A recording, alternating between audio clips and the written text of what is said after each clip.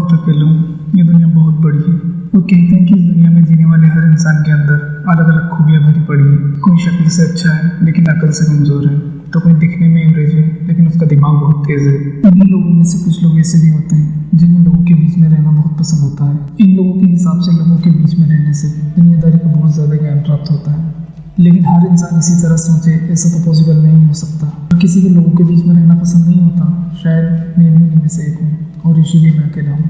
मेरे जैसे कई सारे लोग ऐसे हो सकते हैं जिन्हें अकेले लाइफ एंजॉय करना बहुत पसंद होता है। तो क्या मेरे जैसे लोग अगर 4 लोग में नहीं बैठेंगे तो क्या वो अच्छी लाइफ नहीं जी सकते?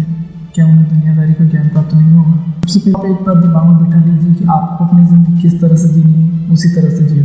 कोई कहता है कि अकेले रहने से तेरी ज़िंदगी बर्बाद होने वाली है, तो ज़िंदगी में कुछ नहीं कर पाएगा। इन सब बातों को अपने दिमाग से निकाल कर कूड़ेदान में डाल दो। देखिए, हम सबको पता है कि हम अमर नहीं हैं, हम सबको एक दिन ज़रूर मरना है। हम इस धरती पर कुछ दिन के मेहमान हैं, कुछ साल रहेंगे और चले जाएंगे। हमें हमारी इतनी सी ज़िंदगी में सब कुछ करने को नहीं मिलता। कहते हैं कि इंसानी रूप में पैदा होने के लिए बहुत सारे पापड़ बेलने पड़ते हैं। जब इतनी सारी परेशानियों को पार करते हुए इतने सारे पापड़ बेलकर इंसानी जीवन मिला है, तो क्यों हम दूसरों की बातों को सुनकर अपनी ज़िंदगी का अनमोल वक्त बर्बाद करें? ज़िंदगी कुछ ही सालों की तो है, इसे जैसे जीना है वैसे जियो। अकेले रहने से भी ज़िंदगी जीने का मज़ा आ रहा है तो बिना डरे जियो, बिना किसी हिचकिचाहट के जियो।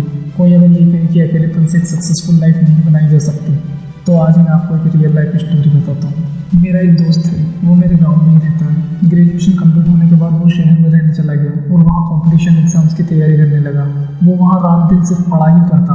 उसके कुछ दोस्त भी उसी फील्ड से थे, इसलिए जब भी कोई डिस्कशन होता तो एग्ज़ाम, पढ़ाई और उससे रिलेटेड चीज़ों की ही बातें होती। कोई अगर उससे पूछता कि अगर एग्ज़ाम क्लियर नहीं हुआ तो आगे क्या करोगे, उसको इस सवाल से बहुत ज़्यादा घबराहट होने लगी। लेकिन कुछ भी करके एग्ज़ाम क्लियर कर ही लेंगे ऐसा सोचकर वो वापस उसकी पढ़ाई में लग जाता। लेकिन उस वक्त उसने ये नहीं सोचा कि अगर एग्ज़ाम क्लियर नहीं हुआ तो उसके पास में बैकअप प्लान है या नहीं, क्योंकि वो बाकी स्टूडेंट्स की तरह एग्ज़ाम के माहौल में घुल मिल चुका था। लेकिन उसके 1 साल बाद ही कोविड-19 की वजह से लॉकडाउन लग गया। वो वापस गाँव आया और एक रूम में अकेले ही अपनी पढ़ाई करने लगा। कुछ दिन तो उसने अच्छे से स्टडी की, लेकिन उसके कुछ दिन बाद उसे रियलाइज़ होने लगा कि अगर उसका एग्ज़ाम क्लियर नहीं हुआ तो वो आगे क्या करेगा। पेंडेमिक की वजह से घर की फाइनेंशियल कंडीशन बिगड़ती जा रही थी। ज़रा सोच के देखो, ऐसी विकट स्थिति में इंसान के दिमाग में कैसे कैसे ख्याल आते होंगे और ऐसे वक्त में सही फैसला लेना कितना मुश्किल होता है। लेकिन मेरा दोस्त बहुत होशियार था। उसे समझ आ गया था कि उसकी हालत उस इंसान की तरह है जो नदी में गिर चुका है और उसे तैरना नहीं आता, लेकिन उसे जितनी देर जिंदा रहना है उतनी देर हाथ पाँव मारने होंगे। फैमिली को इस दुख की घड़ी से बाहर निकालना है और खुद का बैकअप प्लान भी रेडी करना है, तो कुछ ना कुछ तो करना ही पड़ेगा। क्योंकि पेंडेमिक का टाइम था तो घर से बाहर निकलकर काम करना तो इम्पॉसिबल था। इसलिए वो घर पर रहकर इंटरनेट पर सर्च करने लगा कि ऑनलाइन पैसे कैसे कमाए जा सकते हैं। 1 महीना तो उसके हाथ निराशा ही लगी, लेकिन अगले 2 महीने के अंदर अंदर उसने कंटेंट क्रिएशन की दुनिया को समझ लिया।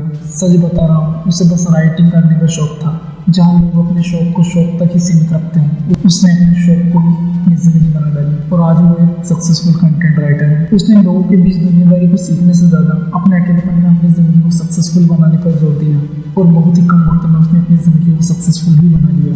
आपको एक और एग्जाम्पल देकर बताता हूँ। महात्मा गांधी जी ने पुणे की येरवड़ा जेल में अकेले रहकर माई एक्सपेरिमेंट विथ ट्रूथ नाम की फेमस बुक लिख डाली।